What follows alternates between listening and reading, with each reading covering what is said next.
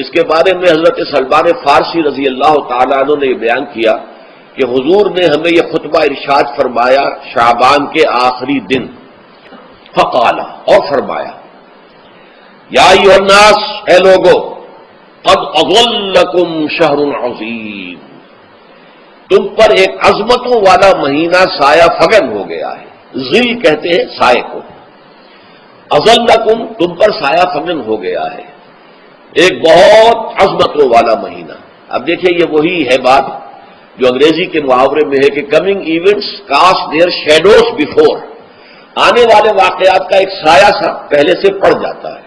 تو ابھی مہینہ شروع نہیں ہوا رمضان مبارک کا، لیکن وہ آیا چاہتا ہے، تو گویا کہ اس کا ایک سایہ پہلے آ گیا ہے، جس کو حضور فرما رہے ہیں کہ تم پر سایہ کر لیا ہے ایک ایسے مہینے میں کہ جو بہت عظمتوں والا ہے۔ شہر مبارک، وہ مہینہ بہت برکتوں والا ہے۔ شہر فیہ لیلۃ خیر من الف شہر، یہ وہ مہینہ ہے کہ جس میں ایک رات وہ بھی ہے کہ جو 1000 مہینوں سے افضل ہے۔ اور یہ ظاہر بات ہے قرآن مجید کی صورت ہے مکمل، انا انزلناہ فی لیلۃ القدر وما ادراک ما لیلۃ القدر لیلۃ القدر خیر من الف شہر، اس کی طرف اشارہ ہے۔ اب اس کے بعد جو جملہ ہے جعل اللہ صیامہ فریضۃ، اللہ نے اس مہینے کا روزہ رکھنا فرض قرار دے دیا ہے۔ وہ قیام اللیل ہی، ایک تو قیام اللیل کے لفظ پر غور کیجیے، اور اس کی راتوں کے دوران کھڑے رہنے کو تطوعاً آزاد مرضی پر چھوڑ دیا ہے۔ کتب علیکم الصیام کما کتب علی الذین من قبلکم لعلکم تتقون، تاکہ تمہارے اندر تقوی پیدا ہو جائے۔ اب یہ ہے حکمت صوم کی پہلی آیت۔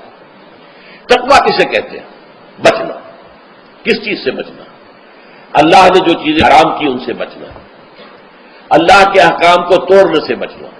جب رمضان کا مہینہ وہ ہے کہ جس میں قرآن نازل کیا گیا، اب جو شخص بھی اس مہینے کو پائے اس پر لازم ہے کہ اس کے روزے رکھے۔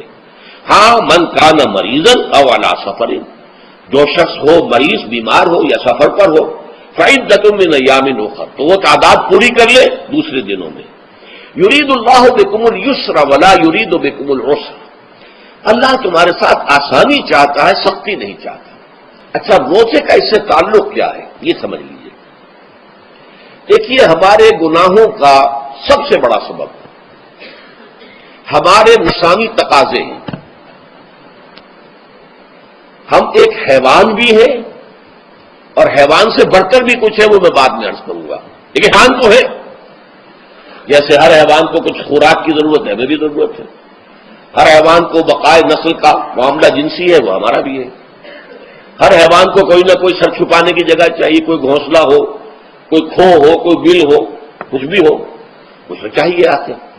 اسی طریقے سے ہمارے سارے تقاضے ہیں۔ حیوانات کو بھی آرام چاہیے، ہمیں بھی آرام چاہیے۔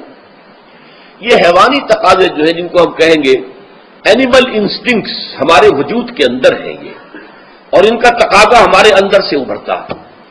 یہ جو کیفیت انسان کی ہے، اس کے لیے ایک مشق جو ہے وہ روزہ فراہم کرتا ہے۔ روزے کے آپ نے 12، 13، 14 گھنٹے کا بھی روزہ ہوتا ہے، بعض جگہوں پر 16، 17 گھنٹے کا روزہ ہوتا ہے۔ اس عرصے میں آپ اپنے نفس کو حلال چیزوں سے بھی روکے رکھتے ہیں۔ اس منہ گھوڑے کو، منہ زور گھوڑے کو جو ہے آپ اس کی لگام کس کر رکھتے ہیں کہ حلال بھی نہیں کھانے دے رہے۔ یہ پابندیاں نفس کے اوپر لگانا، یہ ایک مشق ہے، یہ ایک ریاضت ہے۔ اس ریاضت کا حاصل یہ ہونا چاہیے کہ انسان بقیہ 11 مہینوں میں اپنے آپ کو حرام سے تو بچائے نا۔ یہاں وہ حلال سے رکا ہوا ہے اللہ کے حکم سے، کہ حلال چیز بھی نہیں کھا رہا، دن بھر نہیں پی رہا، دن بھر نہیں اپنی کوئی شہوت پوری کر رہا، دن بھر حلال ذرائع سے بھی، تو اس سے اس کے اندر یہ ایک جس کو ہم کہیں گے سیلف کنٹرول پیدا ہو جائے، اپنے نفس کو قابو میں کر لے۔ یہ گویا کہ اس کا سب سے پہلا اس روزے کی ریاضت، روزے کی مشق کے حوالے سے یہ اس کی حکمت ہوئی کہ اس سے کے ذریعے سے انسان میں سیلف کنٹرول پیدا ہو رہا ہے، ضبط نفس۔ شہر رمضان الذی انزل فیہ القرآن ھدی للناس وبینات من الھدی والفرقان، یہ قرآن کیا ہے، کیا بنا کر نازل کیا گیا؟ یہ حال ہے یہ لوگوں کے لیے، پوری نوع انسانی کے لیے ہدایت ہے، اور یہ ہدایت بینات کی شکل میں آئی، واضح تعلیمات جن میں کوئی شک و شبے کی گنجائش نہیں، از خود روشن۔ بینہ اسے کہتے ہیں وہ شے جو از خود روشن ہو، جس کو ہم کہتے ہیں کہ آفتاب آمد، دلیل آفتاب۔ جب سورج طلوع ہو گیا تو اپنے وجود پر وہ خود دلیل ہے، اسے کسی اور دلیل سے ثابت کرنے کی ضرورت نہیں ہے، از خود واضح۔ تو بینات من الہدیٰ، جو قرآن کی بنیادی ہدایت ہے وہ بینات پر مشتمل ہے، واضح چیزیں جو انسان کے لیے، اس کی فطرت کے لیے جانی پہچانی چیزیں ہیں۔ یہ کوئی باہر کی چیز نہیں آ رہی ہے، اس کے قلب کی گہرائیوں کے اندر یہ سب کچھ موجود ہے، اور اس کی گواہی اس کے قلب کی گہرائیوں سے نکلتی ہے۔ جہاں دیکھنا تقریر کی لذت کے جو اس نے کہا، میں نے یہ جانا کہ گویا یہی میرے دل میں ہے، اس نے تو میرے اپنی فطرت کی ترجمانی کی ہے۔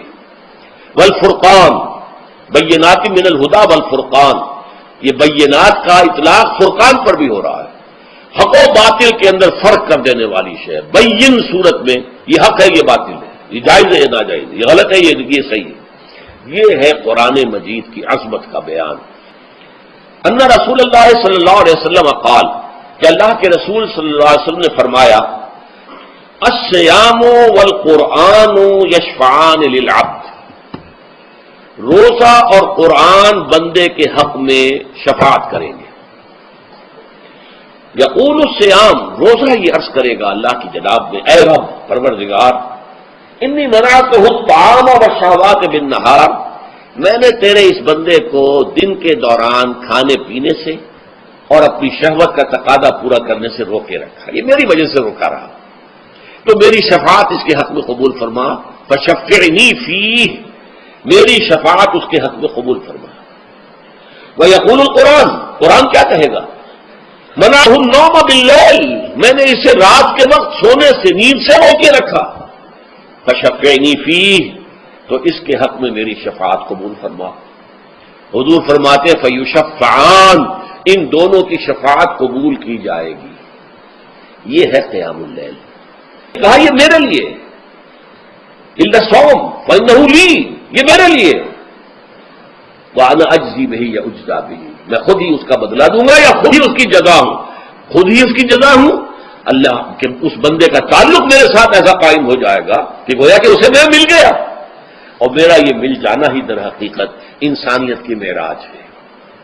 اور دعا کے بارے میں جان لیجئے کہ حضور نے فرمایا، الدعاء مخ العبادہ، دعا جو ہے عبادت کا اصل جوہر ہے، لب لباب ہے، اور یہ بھی کہا الدعاء هو العبادہ، دعا ہی اصل عبادت ہے، دعا ہی اصل عبادت، دعا جو ہے وہ روح ہے اس کی۔